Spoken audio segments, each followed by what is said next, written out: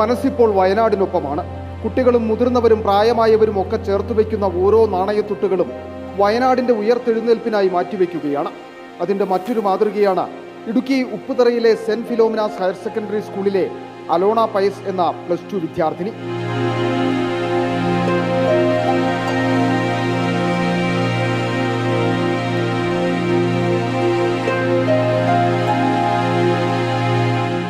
മുമ്പ് വിനോദയാത്രയ്ക്ക് പോകുവാൻ പണമില്ലാത്തതിനാൽ സ്കൂളിലെ ഒരു കുട്ടി ആത്മഹത്യ ചെയ്തിരുന്നു. ഇത് അലോണയെ വളരെയധികം വേദനിപ്പിച്ചു.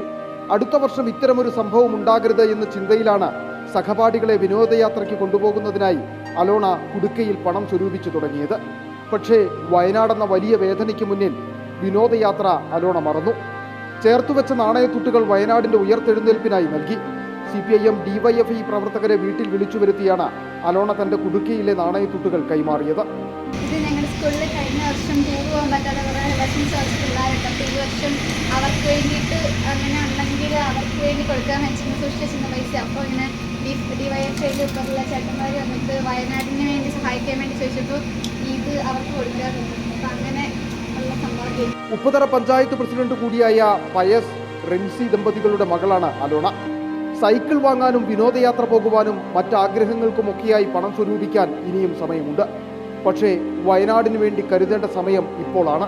അവർക്ക് സഹായം ആവശ്യമുള്ളതും ഈ ഘട്ടത്തിലാണ്. അതുകൊണ്ട് തന്നെ എല്ലാവരും തങ്ങളാൽ കഴിയുന്ന വിധം വയനാടിന് വേണ്ടി കൈകോർക്കണമെന്നാണ് അലോണ പറയുന്നത്. റിപ്പോർട്ടർ ഇടുക്കി.